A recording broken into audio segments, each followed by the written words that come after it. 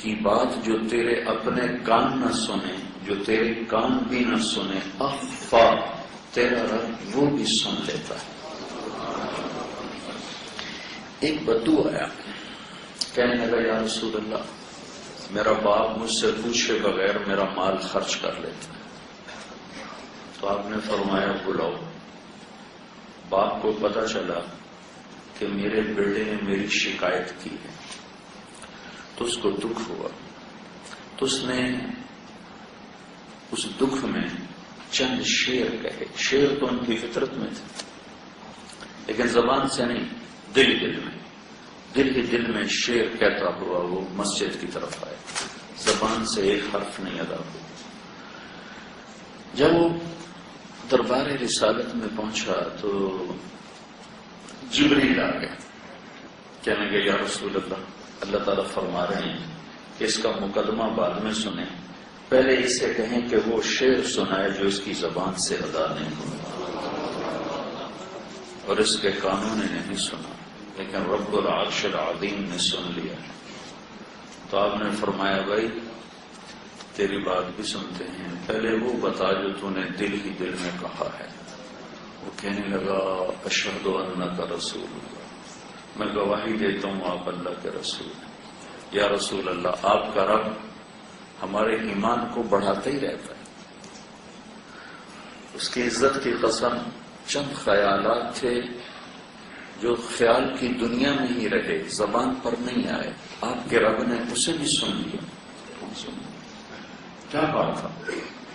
کہا تھا غزوتک مولودا ومنتک یافع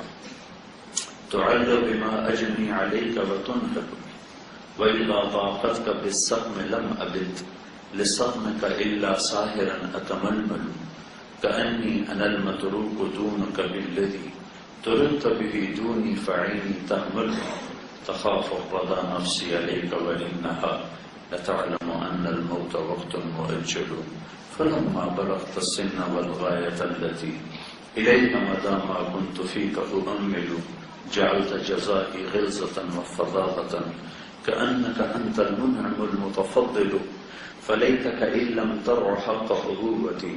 فعلت كما الجار المجاور يفعل فأوليتني حق الجوار ولم تكن علي بمال دون مالك تبخل۔ اللہ کے محبوب کے آنسو ایسے برسات کی طرح۔ بیٹا جس دن تو پیدا ہوا ہم نے اپنے لیے جینا ہی چھوڑ دیا، تیرے لیے جینا شروع کیا، تیری ایک مسکراہٹ کے لیے جھلستی ہواؤں سے لڑا، ٹھٹھرتی راتوں سے لڑا، تجھے ایک تار نوالا کھلانے کے لیے میں کولو کے بیل کی طرح پستا رہا، چلتا رہا،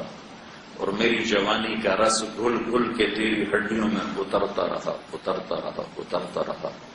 تو بیمار ہوا تو اس سے زیادہ بیمار میں ہو جاتا تھا،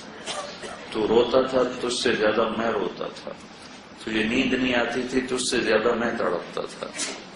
تیری ایک مسکراہٹ دیکھنے کے لیے ساری ساری رات کام کرتا رہا، اور تیری بیماری ٹہلا دیتی، ہلا دیتی، کہیں مر نہ جائے،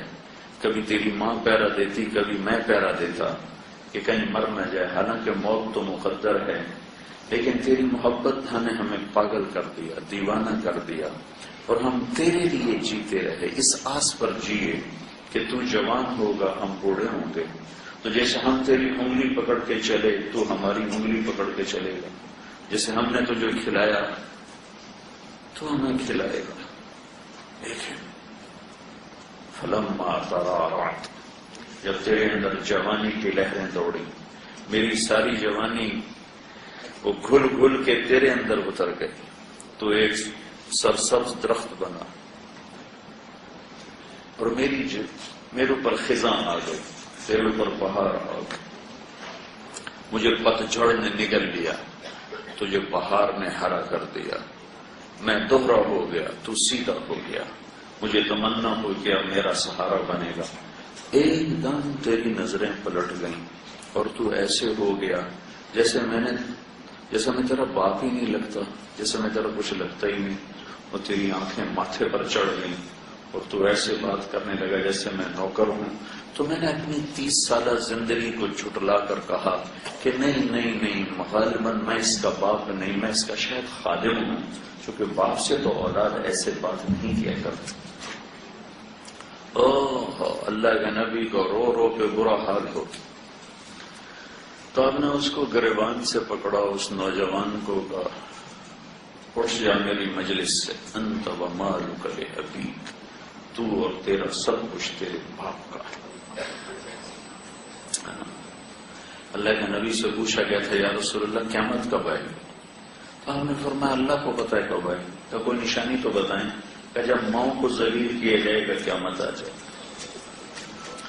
اس لیے آپ نے اپنی اس تمنا کا اظہار کیا کاش میری ماں زندہ ہوتی، میری ماں زندہ ہوتی اور میں عشاء کی نماز کے مصلی پہ کھڑا ہوتا اور سورت فاتحہ شروع کر چکا ہوتا اور ادھر سے میری ماں مجھے پکارتی بیٹا محمد، تو میں ماں کی خاطر نماز توڑ دیتا اور میں کہتا لبیک یا